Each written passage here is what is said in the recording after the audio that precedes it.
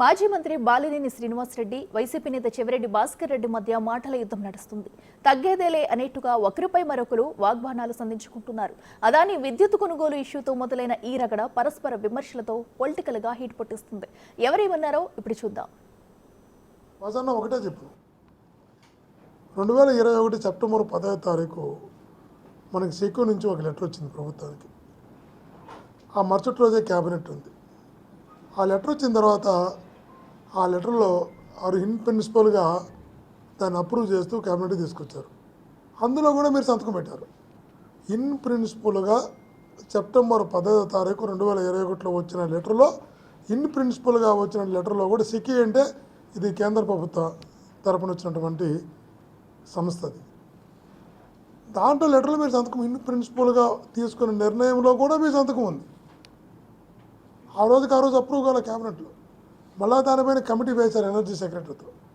Energy సెక్రటరీతో committee వేసిన తర్వాత నెల రోజుల తర్వాత మళ్ళా క్యాబినెట్కి వచ్చింది. అందులో కూడా మీరు సంతకం పెట్టారు. ఇన్ని ప్రిన్సిపల్గా వచ్చిన లెటర్లో సంతకం పెట్టారు. నెల తర్వాత వచ్చినటువంటి కమిటీ వేసి కమిటీలో వచ్చిన లెటర్లో కూడా మీరు సంతకం పెట్టారు.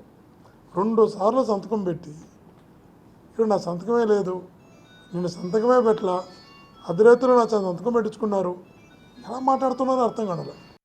చెవిరెడ్డి భాస్కర్ రెడ్డి ఇంకోటి అన్నాడు, మెప్పు కోసం, చంద్రబాబు గారి మెప్పు కోసం, పవన్ కళ్యాణ్ గారి మెప్పు కోసం నువ్వు ఎమ్మెల్సీ దానికోసం నువ్వు ఈ రకంగా మాట్లాడుతున్నావు. ఇటీవల 1550 కోట్లు ముడుపులు అందిని దాంట్లో మీకు బాగుందంటే నేను బాగుందని చెప్పాలన్నా, ఈ విషయం ముందు నిజం చెప్పాలన్నా, చెప్పాను. దానికి మెప్పుకోవాలని అంటున్నాను. నేను ఎప్పుడు జగన్ మెప్పు కోసం ఎప్పుడు చేయలే, నీలాగా ఎప్పుడు కాలు పట్టుకోవాలా, భజన చేయలా. భజన చేయకపోవడం వల్ల నేను ఈరోజు పార్టీకి బయటకు రావాల్సి వచ్చింది. మాగుంట శ్రీనివాసరెడ్డి గారు ఎంపీగా ఉన్నాడు. ఆయన ఏం తప్పు చేశాడు? టికెట్ ఇవ్వకుండా చెవిరెడ్డి భాస్కర్ని తీసుకొచ్చి పెట్టారు. ఎందుకు పెట్టారు? మాగుంట శ్రీనివాసరెడ్డి గారు చంద్రబాబు తిట్టలేదని టికెట్ ఇవ్వట్లేదు. అంటే అందరికి తిట్టే వాళ్ళకే టికెట్ ఇస్తే ఏంటి, ఏం ముందర పోతున్నావు? కొంతమందికి అలవాటు ఉండదు, మీడియాకి వచ్చి తిట్టడం అలవాటు ఉండదు. ఆ రోజు మాగుంట శ్రీనివాసరెడ్డి టీడీపీలో ఉన్నాడు. ఆ రోజు జగన్ నేను తిట్టాడా?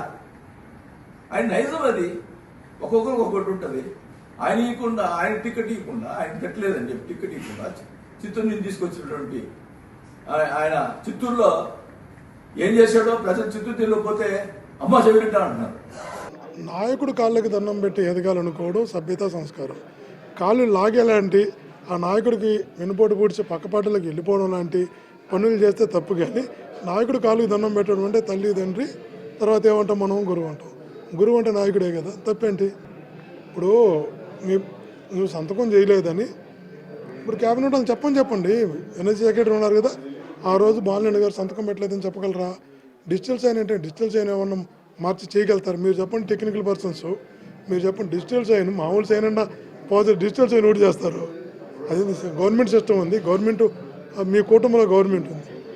అన్న ఏదో చెప్పాలని చెప్పాడు.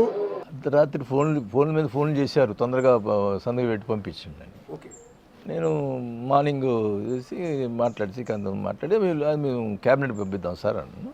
ఓకే, దాన్ని నిన్న చెవిరెడ్డి భాస్కర్ రెడ్డి మాట్లాడతాడు, సంతకం పెట్టాడు అని అంటాడు. సంతకం క్యాబినెట్ పంపించేదానికి సంతకం లేకుండా ఎట్లా పంపిస్తామండి? సంతకం క్యాబినెట్ పంపించేదానికి ఒప్పందం కుదిర్చినట్ట ఏం మాట్లాడతారు? అతను అవగాహన మాట్లాడుతున్నాడా, ఎవడో చెప్పింది ఏదో మాట్లాడి దులుపుకుందాం అనుకుంటున్నారా? నేనైతే క్యాబినెట్కి పంపించిన సంతకం. అదేదండి నేను చెప్తుంది, ఇదే కదా ప్రాబ్లమ్స్. జగన్ గారితో జరుగుతున్న ప్రాబ్లం అదే కదా, దాని గురించే కదా. అసలు మనకు సంబంధమే లేదు. మొత్తం వాళ్ళు సీఎం ఆఫీసు వాళ్ళే మాట్లాడతారు, వాళ్ళే పంపిస్తారు. మనం